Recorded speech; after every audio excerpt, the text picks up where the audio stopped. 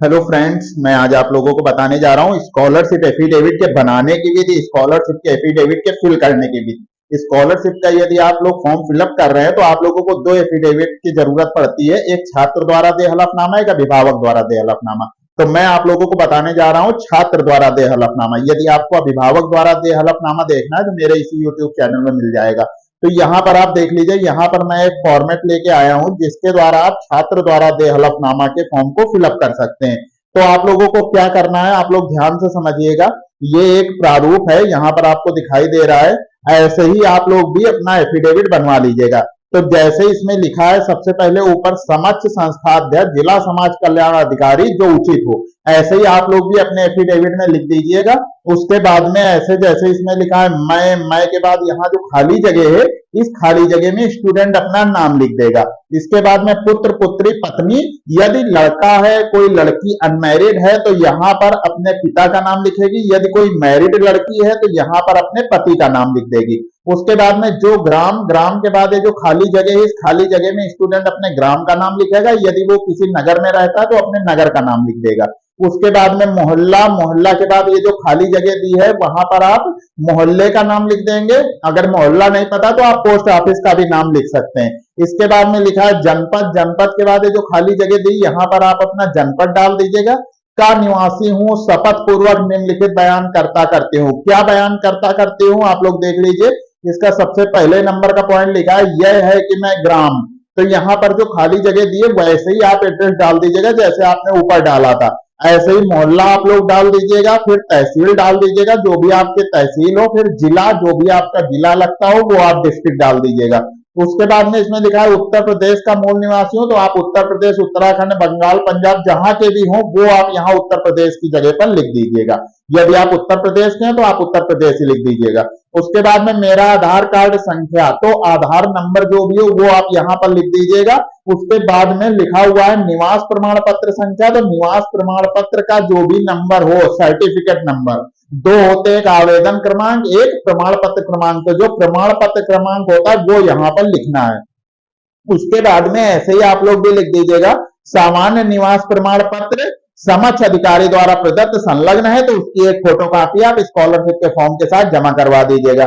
उसके बाद में इसका दूसरे नंबर का पॉइंट आप देख लीजिए, यहाँ पर लिखा हुआ है यह है कि मैं उत्तर प्रदेश राज्य में निर्दिष्ट। तो वैसे ही यदि आप उत्तर प्रदेश के हैं तो उत्तर प्रदेश लिखेंगे, नहीं तो आप जहां के भी हैं, पश्चिम बंगाल के हैं, उड़ीसा के, जहां के भी हैं आप, वो यहाँ पर पंजाब के हैं तो पंजाब लिख दीजिएगा। जहां के भी हैं उस राज्य में निर्दिष्ट। निर्दिष्ट के बाद में खाली जगह दी है जाति का हो, तो जिस जाति के हैं वो आप लिख दीजिएगा। जैसे आप ओबीसी हैं तो आप ऐसे ओबीसी कोष्टक में, आप जैसे अहीर हैं तो ऐसे अहीर लिख दीजिएगा।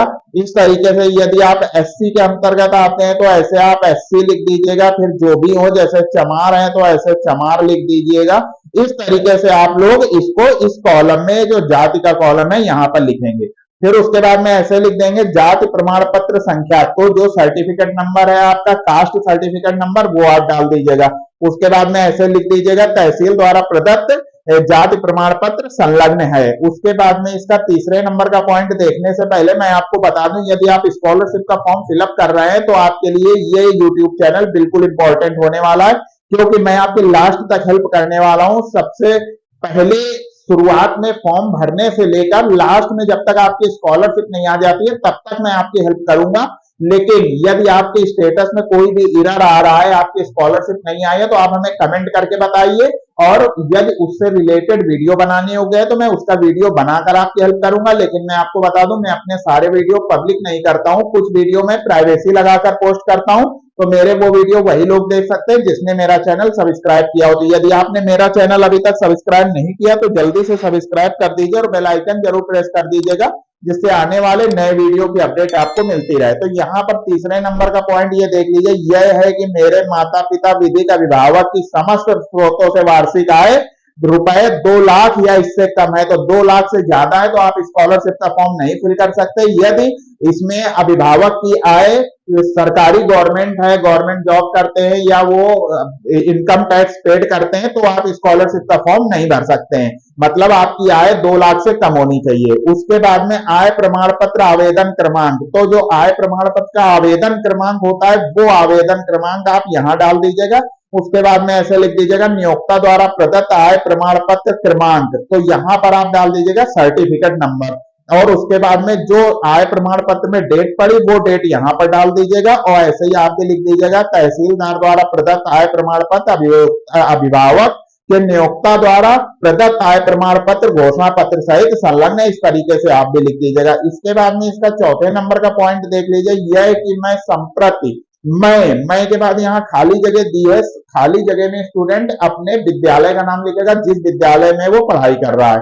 उसके बाद में शैक्षिक संस्थान के बाद ये खाली जगह दी, यहाँ पर आप अपने कोर्स का नाम लिख दीजिएगा, जैसे बीएससी बीटेक पॉलिटेक्निक जो भी आप कर रहे हैं उस कोर्स का नाम लिख देंगे। उसके बाद में पाठ्यक्रम में, फिर ये खाली जगह दी है, यहाँ पर खाली जगह में आप वर्ष डाल दीजिएगा, जैसे द्वितीय वर्ष, तृतीय वर्ष, प्रथम वर्ष जो भी है आप वो डाल दीजिएगा।